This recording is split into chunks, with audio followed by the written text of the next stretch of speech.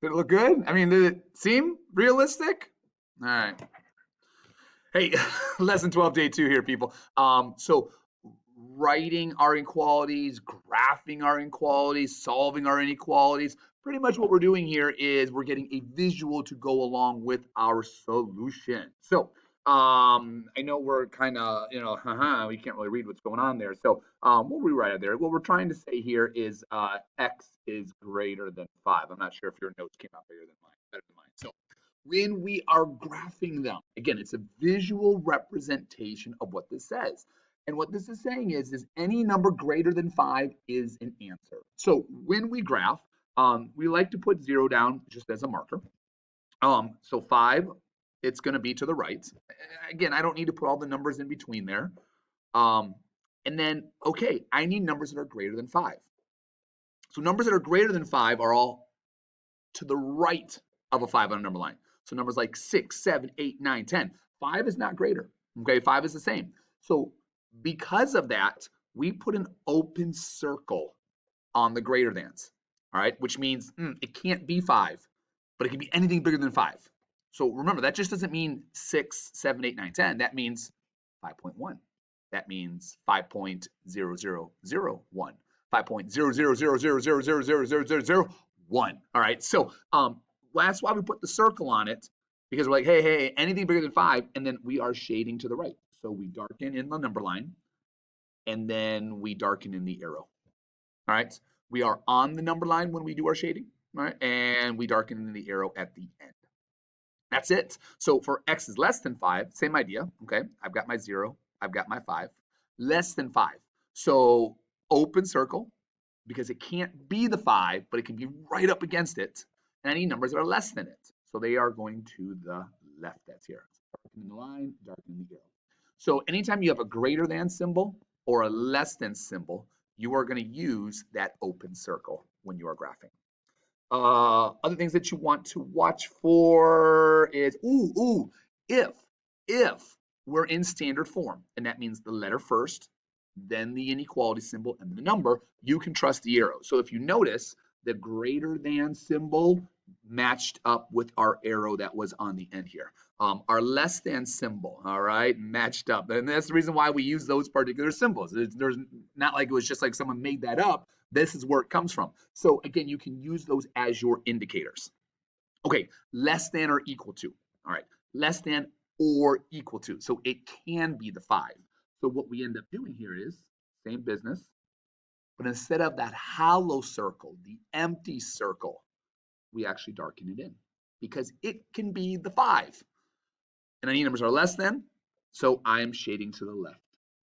So darken in the line, darken in the arrow.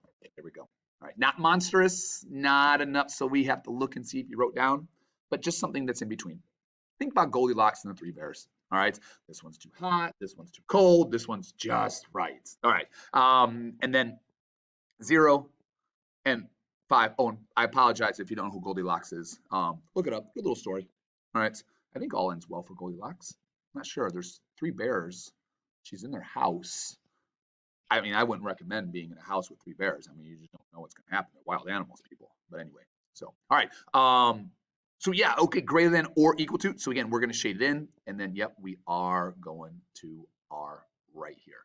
So again, if we've got less than or equal to, all right, greater than or equal to, we use that solid circle. And I think I might have gone over this here before, or let's rewind there. That line underneath it is the or equal to. So it is like that hybrid. It's a combination of equal sign. It's using just the bottom of the equal sign that's there, and your symbol as well. So for those of you that haven't seen that yet, yeah, there we go. There's the difference between them. So we're going to start combining things now, where we're going to graph, but we need to solve it first. So things to remind yourself about is when we multiply or divide by a negative number, remember, we have to reverse that inequality symbol. So when I look at problem number 1, I am dividing both sides by a -5 to solve this inequality. So it's not because the answer is negative, but it's because of this guy right here. I'm dividing by a negative, which means that's not the case. I got to bust out my eraser. All right. and I got to remember to flip the inequality symbol. All right. So we do need to watch for that. So I'm going to put a little note out here. Hey, that means that's why we're flipping. That's there. And then we're graphing. So we've got our 0. We've got our -5. It's less than. So it's an open circle. And I'm shading to the left. And there we go.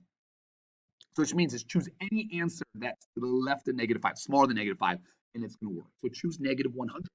If I plug in -100 into the beginning of the problem here, -5 times -100, 500. Is 500 greater than 25? My goodness, it is. So again, anything, this is the visual down there, anything to the left there, hey, is going to end up giving me a correct solution that's there. All right, so let's look at question number 2 here. So we're still going to follow our solving equation skills. Even though there are inequalities, we'll add 8 to both sides. All right, nothing new here. 2x greater than or equal to, and then -26 plus 8, -18. All right, I'm going to divide both sides by 2. All right, we'll divide by 2. Now, the thing to keep in mind here is we do not flip the inequality symbol. I got a -9. I don't care though. It's what did you divide by? And if we answer that question, I divided by a 2. Not a -2, but just a +2. So no flipping of the inequality symbol. So I've got my 0, I've got my -9, darkened in circle, and we are shading to the right. So again, what it's saying here, picture-wise, anything to the right of -9 is going to work.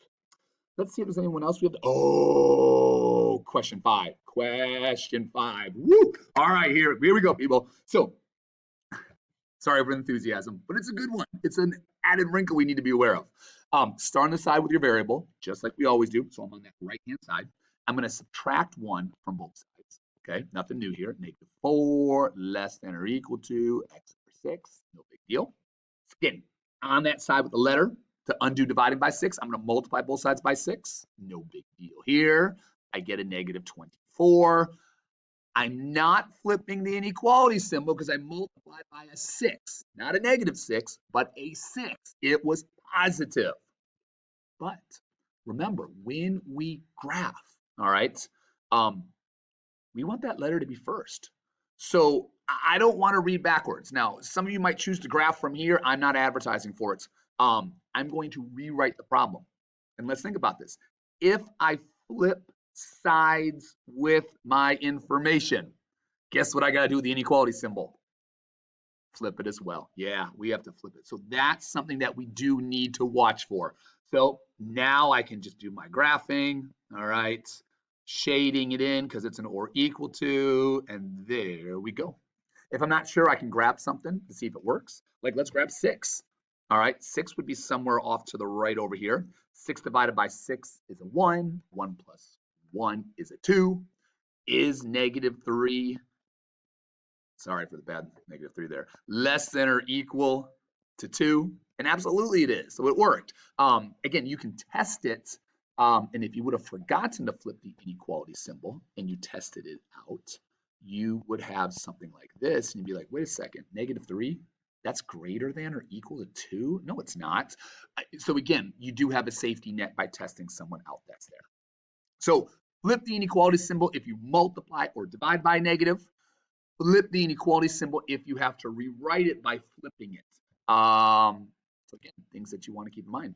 All right, people, that's it. We're out of here. All right. We'll see you again tomorrow.